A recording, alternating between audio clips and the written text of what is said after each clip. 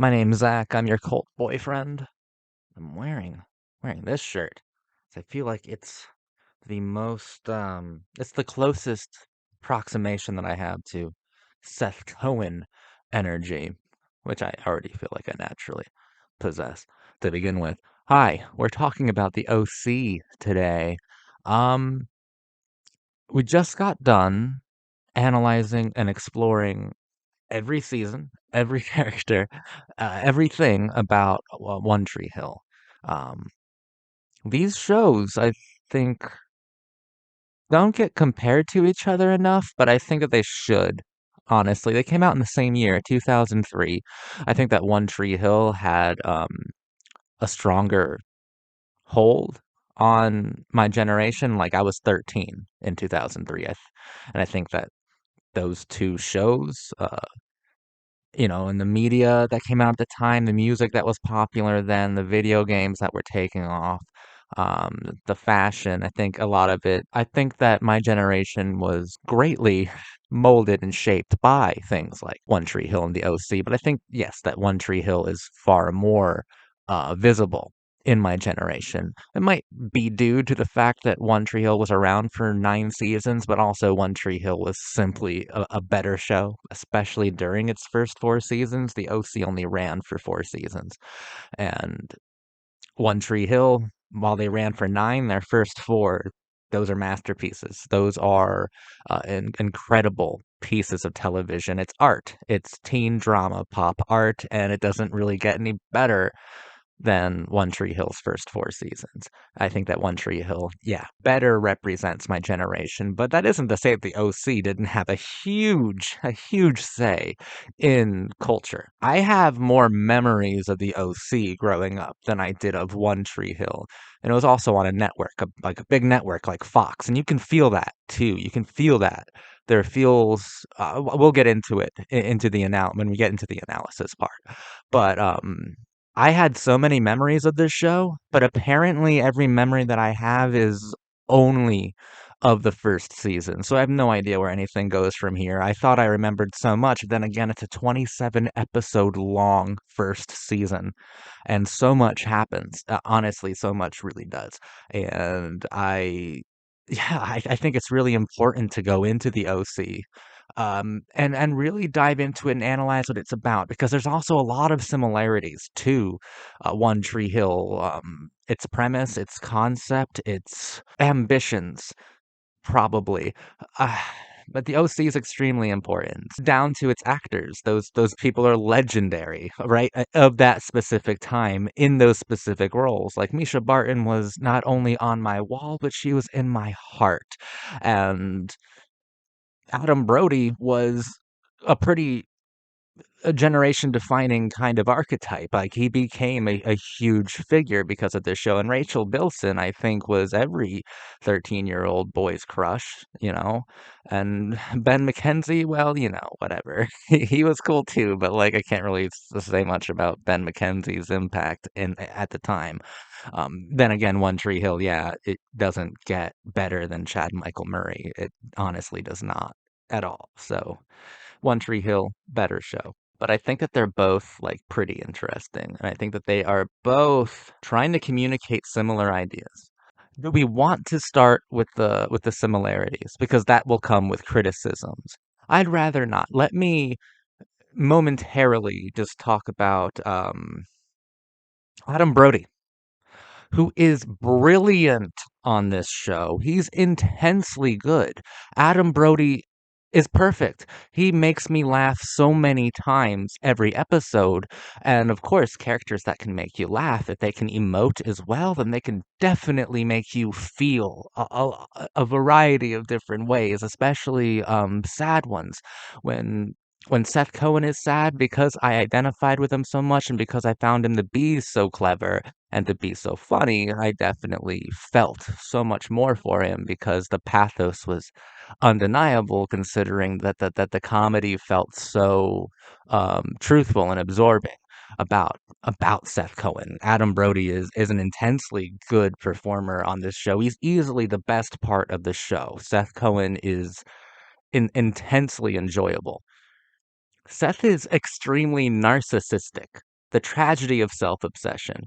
I hate how much of myself I see in him because he's so flawed, but I love him. He's the best character. Mazzy Star makes quite a few appearances with Into Dust. And I mean, I don't know. I kind of like Mazzy Star. I don't know. Maybe it's a rumor, but whatever. Let's dive directly into my notes. It's somehow simultaneously more polished and more gritty than One Tree Hill. The thing about Ryan compared to Lucas is that there is nothing exceptional about Ryan. No hidden and remarkable talent or insight. In a way, this is Sandy's experiment, his stand. It might be partly narcissistic in that ultra rich liberal way of showy, expensive selflessness. The problem with the show's premise is fairly obvious when compared directly to One Tree Hill. Lucas Scott had an axe to grind, an enemy to vanquish, and a social hierarchy to transcend. Ryan has none of those things. He has no rebellious motivation, no confrontational driving force. It's not a good basis for a show. He is the least interesting component of the core four. While he should have been immediately arresting, I forgot to include in my notes that that's almost pun worthy. And he should have been immediately arresting as opposed to immediately arrested. You can dislike the video now out of cringe embarrassment for me. And emotionally captivating. Marissa, Seth, and Summer are far more postmodern than Ryan is. It's a true design flaw that is impossible to see beyond. It was really cool to see Doug Liman direct the first couple episodes. Doug Liman directed Go, one of my favorite films, and I think he brought some of that Go swingers energy, but even in a bit more polished, but also, like I said, in a more gritty way. It seems to be a bit conflicted on what kind of show it's trying to be at first. It perfectly understands itself within 10 episodes. And it's one of the most like clear and confident shows that I've watched in a very long time. The OC is the revenge of the cliches in a large way. It's a very clever show. It's wonderfully written, structured beautifully. Its weaknesses seem to be of the product of network studio notes and an unwillingness to commit too early to what could possibly be too philosophically confrontational. But it understands plot structure and how to perfectly design an episode. The OC can hit several arcs through the course of 27 episodes while maintaining its grip on the original intent of the pilot. This is quite an accomplishment. I suppose I wanted that original intent to be more nonconformist, but we should honestly analyze the show on its own terms. It was decidedly conformist. Those terms just lack guts because it's often too seduced by its own examination of wealth and plastic beauty to penetrate the intrinsic hypocrisy and narcissism beneath. A part I really loved was, and then they repeat it a few times because it's so fucking baller. You know what I love about rich kids? Bam! Nothing. The core four. Ryan, Marissa, Seth, and Summer. Icons. There is a problem, though, and I might irritate some OC fans out there with this, but it's difficult to ignore after watching, like One Tree Hill and Dawson's Creek, or even Buffy, or Veronica Mars. Those shows have an intense amount of natural chemistry between its players, between its actors. For the OC, chemistry is a big problem. The best chemistry is found within Sandy.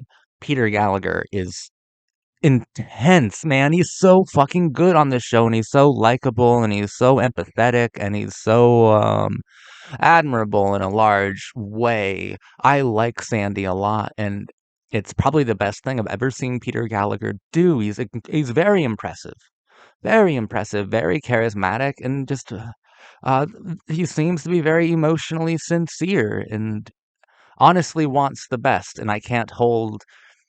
He seems to also recognize the ultra rich, like hypocrisy that seems to surround this, like, I don't know, like liberal megaplex. There's this weird shit that he lives in, of hyper privileged individuals. He definitely recognizes that hypocrisy, and I think he's using Ryan as some sort of rebellious social experiment. But it, of course, means a lot more to him. But at the same time, it does still feel like there is untapped potential there for some sort of antagonistic truism to be found, where Ryan does feel like a pet project sometimes, you know. I wish he would say more often that he's not a charity case, or like rebel or reject certain things rather than embrace them immediately, because like Sandy is being entirely presumptuous and very, very, very, I think, smothering.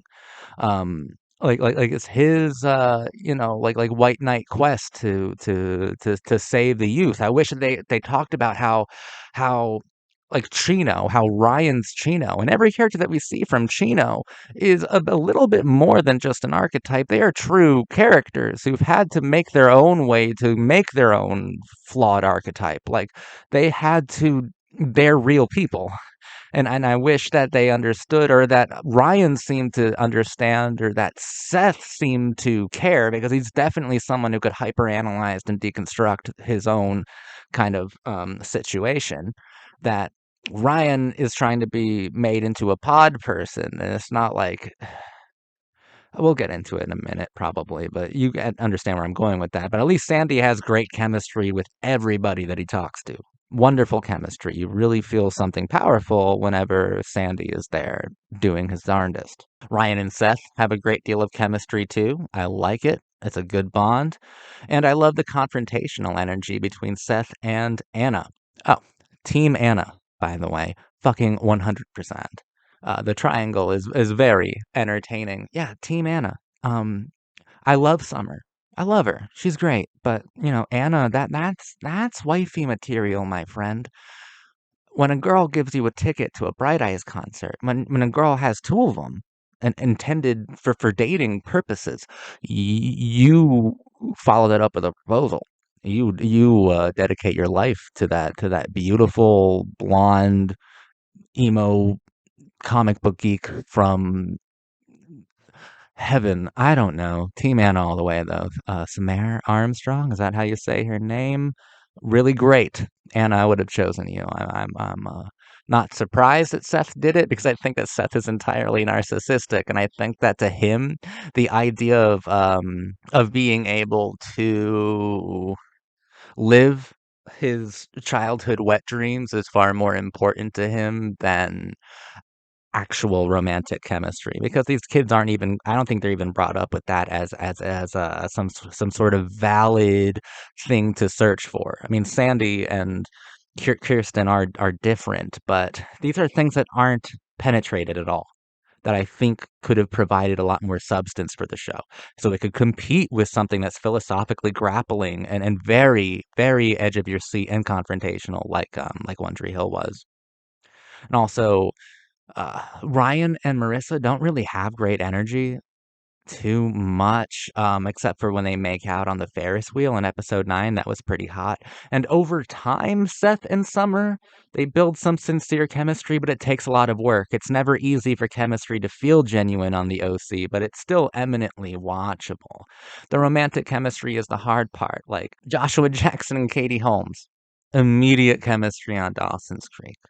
Chad Michael Murray and Hilary Burton. Undeniable, immediate electric energy on One Tree Hill. The OC doesn't have that kind of electricity between any of its stars. Like I said, over time, Seth and Summer are able to build like a facsimile of that, but it still doesn't feel genuine.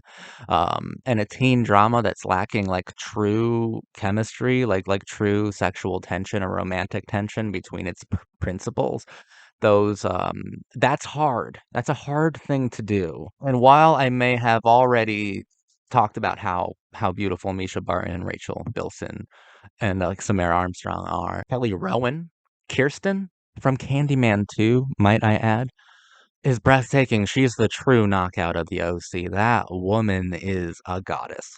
Okay? Moving on. Don't want to alienate anybody who actually watches me for my insight and not my creepy thirst. Oh, okay. I wrote this down like episode 12, the secret, where Luke finds out that his like dad's closeted.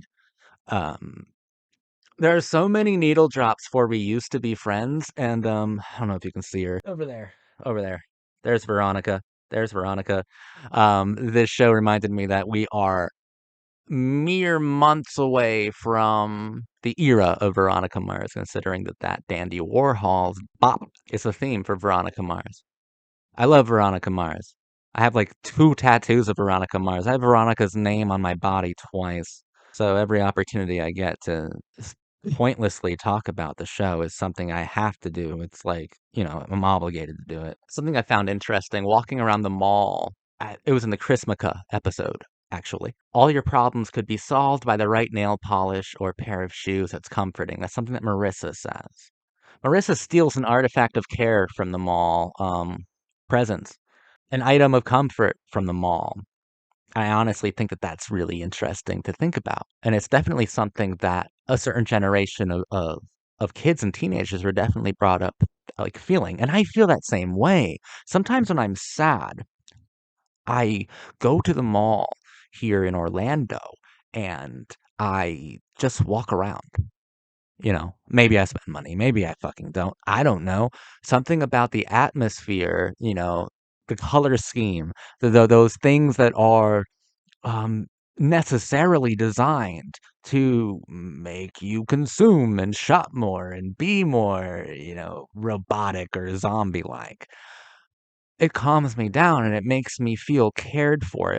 Probably because it makes you feel like you're good enough to be a target for tokens of affection and love, and even I can feel it. I'm definitely nowhere near wealthy, but it has to be like hyper excessive or exaggerated or magnified if you are, and you're definitely brought up to equate materialism and shopping and consumerism, nice shiny shit with, with comfort, with care, with signs that show that someone cares about you, even that manufacturers care about you or corporations do. I really vibe with Marissa at the mall, like, genuinely saying that, like, she does feel better here, and it's not like an empty, vapid statement that she's making. It's not played for that sort of, commentary. It's not. It's played for something a lot more tragic, and,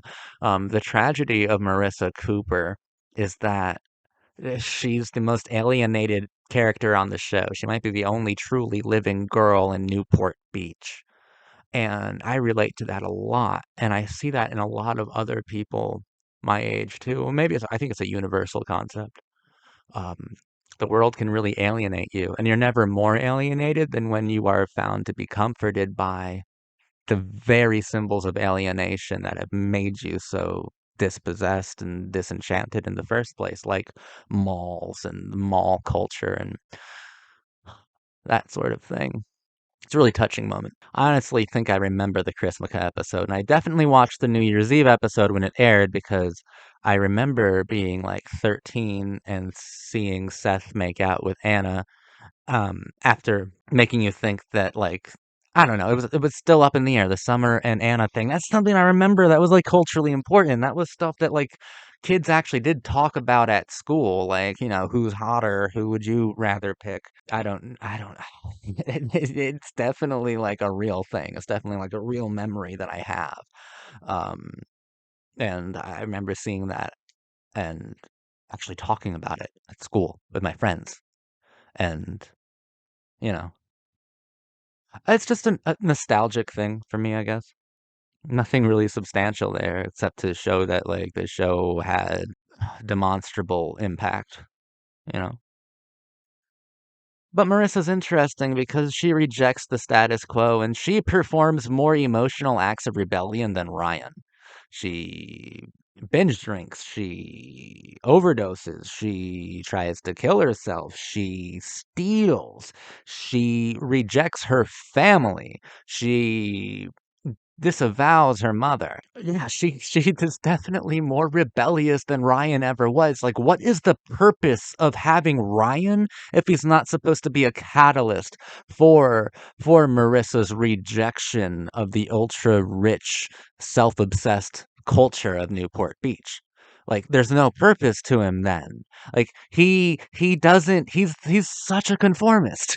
He's such a conformist being surrounded by people who would rebel at this time with or without him, honestly. Everyone but Ryan seems to actively try not to fit into the strict social parameters of Newport Beach. Fuck, man, even Summer, just by going public with her love for Seth Cohen and admitting to herself that she does love Seth Cohen and giving her virginity to Seth Cohen, or at least sharing that with him. Sandy bringing him in was an act of liberal rebellion. While Kirsten choosing to adopt him, now that was something more sincere than rebellion. It was pity and affection. Kirsten is She hits different. I find her to be a lot more truthful than Sandy because she's a lot more involved than Sandy. Sandy is living off of Kirsten's money and has this freedom to criticize everything about the Newport Beach ultra rich community. Um, Kirsten's occasional rejection of um, the self-obsessed ethos of Newport Beach it hits way harder and cuts a lot deeper. I got emotional on the show once at the very, very end of the show. Kirsten crying in the pool house after Ryan's left. He went back to Chino to try to care for Teresa's baby that might be his. Kirsten crying? That made me emotional. What, with that Jeff Buckley song soaring over her? Kelly Rowan is a really gifted actor in the sense that I didn't know I was on a very intense emotional journey with her until she started to go to some very personal places. Um, Her characterization was really incredible, and that's a ridiculously well designed character. Kirsten's definitely one of the best characters as well. It would be Seth, Kirsten, and then Sandy. Those are the best characters on the show. Marissa is really good, but I feel that Marissa, um, I don't know where we're going with Marissa, right? Um, Misha Barton, I think, is fucking stunning, right? I think she's beautiful. No one would argue with me about that.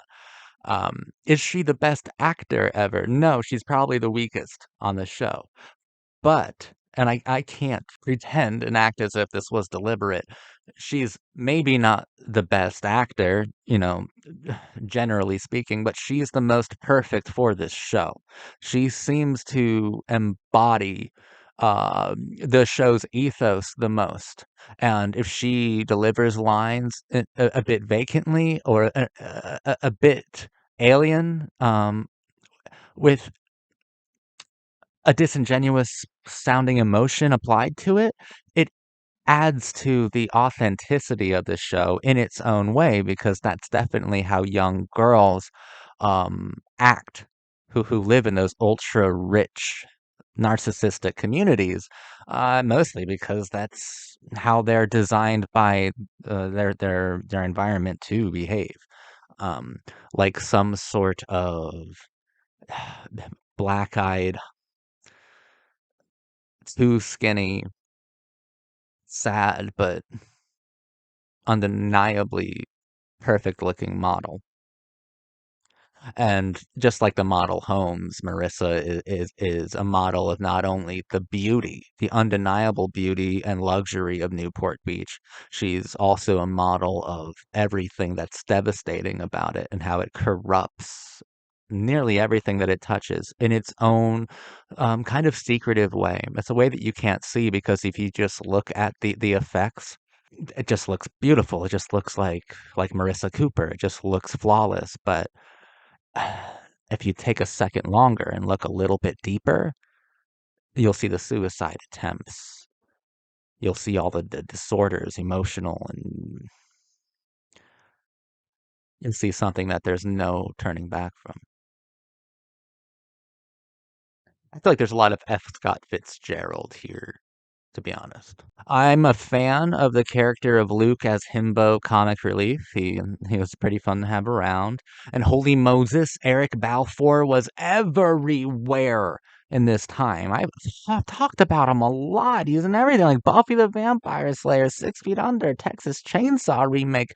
Can't hardly wait. I can't list them all because he was in fucking everything. It's not a bad thing. He has a face that was made for the year 2003. Happy to have him. These ultra rich, insulated communities treat their lives as soap opera, telenovela. And now we're getting into my postmodern reading of the show. And it's already there. It's already inherent with the conflict, or it should have been more visible with the conflict between an outsider, a poor outsider, a criminal class being absorbed within this ultra rich and super polished community of narcissists. But it wasn't because that criminal ended up being the most conformist of the core four. I swear to God, Marissa is the most rebellious, like teenage character in this whole show, and I don't know what the point of Ryan was, because I feel like Marissa would have been pushed to this point without him. She was definitely heading down this road of punk rejection because yeah, in the first episode she even like bonds with Seth over listening to punk music, and it mortifies Seth because he's like, I can't believe listen to the same fucking music as Marissa Cooper, fucking shoot me. That just speaks to Seth's self-obsession, right? Because and elitism. Marissa Cooper was already about to explode. I understand the point of Ryan if he just shows up and just literally just wants to be accepted by everyone, as opposed to like Lucas Scott. What would Lucas Scott from One Tree Hill do in Newport Beach? He would transcend the status quo to reach a new sincerity immediately and be really confrontational and hot about it. But everyone is a player and everyone loves to create melodramatic storylines, meta narratives, and love triangles intentionally, with a privileged deliberation. The postmodern condition is a decidedly formulaic one. Our lives may not be cinematic, as Dawson's Creek would posit, but the OC insists that our lives are episodic, with cliffhangers, special guests, quick wit, and emo kisses. The show is incredibly well designed. It's a perfectly designed show. And for the record, the boat was named after you, Summer. Yeah, structurally, it is pretty flawless. Like the writers, the showrunner, they know how to create a very, very good episode. A very, very good episode. And I don't know if it's something that One Tree Hill had like maybe a little bit more edge or freedom to express more edge, given that they weren't on like Fox, the main network, right? They were on WB and then the CW. There's probably a little bit more freedom to be a bit more confrontational because it's definitely the criticisms, the commentary, the aggression, the postmodern aggression, the rebellious kind of aggression and rejection of like the bourgeois that I want is visible. It's just not enormously available to interact with. The most you can interact with it is through Marissa, who who was a great anchor for that kind of rejection, but it should have been Ryan. Ryan should have been the one who was immediately confrontational with like the plastic surroundings. I understand. You feel like you get a golden ticket and you get to stay with this wonderful family. But I just wish there was something exceptional about Ryan. I wish that Ryan was a bit more of a free thinker. I mean, because I don't know Ryan's philosophy. I watched him for 27 hours. I don't know what he believes at all. You can spend 10 minutes with Chad Michael Murray as Lucas Scott, and you know exactly how he feels about the class social stratification of Tree Hill, North Carolina. and he doesn't feel very fucking happy with it. Ryan doesn't seem to have those criticisms. Ryan wants to distance himself from not only all things Chino, but all things problematic even. Like, I think it was Paul Wesley from the Vampire Diaries who appeared briefly in the first season of the OC as like uh Ryan worked briefly at, I don't know, a crab shack, a little like fancy restaurant or something. I don't know. But Paul Wesley was his boss, and he's a bit fucking loony. And, rightfully so. Yeah, sure. Ryan should have distanced himself from him, but I'm not sure if Ryan should have like completely removed him from his life. Like, Chino's a part of you, Ryan. And there is truthfulness to Chino. Teresa is an incredibly truthful character. And that's a truthfulness that you can't buy. That can't be found in Newport Beach. And I think there's a truthfulness to it, or even like Benjamin Mackenzie's natural like attraction. Like, he's a very handsome dude, and it's a different kind of darker and more intense attraction than Adam Brody or like Rachel Bilson have for sure. Like, play into that a bit more, the OC. It's for a reason, and it's something that he should try to incorporate within the Newport Beach because fuck your ca- fuck your little plastic castles, all right? Fuck that. Why does Ryan want to be a goldfish? I don't know. That's the biggest flaw with the OC. But it's still wonderfully designed. So, like, I'm criticizing the show right now for not being the show that I wanted it to be, which is totally unfair. The show that it ended up being is a show where a kid from a poor neighborhood gets a second chance at a beautiful life, and he tries to make the best of it and be the best guest, the best brother, the best son that he could be to the Cohens. That's what we got, and he wants to fall in love along the way. And he wants to make good memories and forget his past. That's the show that we got. And that show is valuable. I just think it's not as powerful as it should have been, because this is a great season of television. If they just had a bit more of a bit more quality, a larger quality of resentment, or some kind of, I don't know, some postmodern brat flavoring to Ryan. It could have been a masterful season, but it's a very good one nonetheless. I love the core four. I think Marissa is the most interesting character to talk about, but I think that Seth is the best. He's just consistently entertaining. The lines for him are beautifully done, and his personality is just so on point. And I love Seth to death. I love spending time with the kid.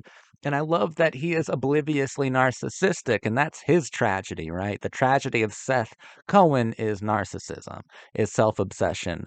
But what makes it an undoable tragedy is that he can't seem to understand that because he's so self-deprecating. But self-deprecation is a huge sign of narcissism because yes, you are ridiculing yourself, but by ridiculing yourself, you are making the situation about yourself. But it doesn't feel as if you're egotistical because you don't have a very large an inflated version of yourself. Like, you don't think of yourself as this amazing thing because you're constantly comparing yourself to the Apollos around you, right? To the Lotharios, to the Greek gods that surround you. I think it has a lot to say also about like Jewish people within these ultra rich waspy communities as well. And it says that through people like Seth and Sandy, but Seth is just it's the tragedy of self-obsession because he doesn't understand that he is, because self-hate is definitely self-obsession. Elitism, alienation works both ways. Sometimes the world can alienate you, but I think what's a lot more lethal to do is if you alienate it. And I like that Seth sees within Ryan a truthfulness that he hadn't considered before. That was possible. Ryan didn't even have to do anything. It was something intrinsic within him that Seth saw. Ryan didn't have to put any effort into being rebellious. Seth just saw him as a more genuine person. And Ryan leaving at the end really broke him. I really enjoyed this first season of the OC. I have no idea where it goes from here. I have no earthly clue. But I'm excited to follow it, and I'm excited to engage and analyze it and just have a really good time with Marissa, Ryan, Seth, and Summer. I'm excited to see where we go from here. I want more interiority with Summer pretty immediately because I think that Rachel Bilson is a really cool actor and I think she's beautiful and I'd love to see more of her and I like to see her do something more complicated. I like to just see more Adam Brody. Keep doing what you're doing with Seth because you're doing it well. You're doing it very well. Marissa, that's a character that I have absolutely no idea what you guys want to do because she's been victimized by her family, and like her new father-in-law or whatever. Like her family is are now the figureheads of the community. So she's been victimized by the community as a whole. And she's being held hostage by Newport Beach. Like that's your most weaponized character. Marissa, I have no idea what you're gonna do, but I'm thrilled to say that I think she's in good hands with you guys, and I can't wait to see where we go from here because she's incredibly fascinating to watch. Seth is the one who I enjoyed spending the most time with, but that's mostly because Marissa was just hurt this entire season. Um, but I think for a poetic cause, and I found it very fascinating to grapple with. Ryan, I've said it a million times during this. Make him more confrontational, make him more confident, and make him give a damn about changing Newport Beach and make him see what was beautiful about Chino. Because if he's an intrinsically beautiful person, if he's got a great personality, it came from somewhere and it came from Chino. Why don't you try bringing a little Chino to Newport Beach rather than sanitize it completely for the sake of these idiot ultra rich neighbors of yours. Come on, kid. I just want to see more Kirsten because, yeah, she's a goddess. I had the deepest emotional connection with her because I guess she's just such a good actor. And I don't know her her stands against like her father and against the community and against like the ethos of it all, the narcissistic ethos. It feels really genuine and it feels like meaningful when she does it. Whereas Sandy, it's like it's a plot. That's what he does all the time. It's a plot device. It's what he does all the time. But I love Sandy. I don't really know where we're going, but I'm excited to go there. Thank you for watching my video about the first season of the OC. I'll be back to talk about season 2 with you, and man, I think that's all I have to say about it, but thank you very much for watching. I've been your cult boyfriend. Oh, California! Here we come.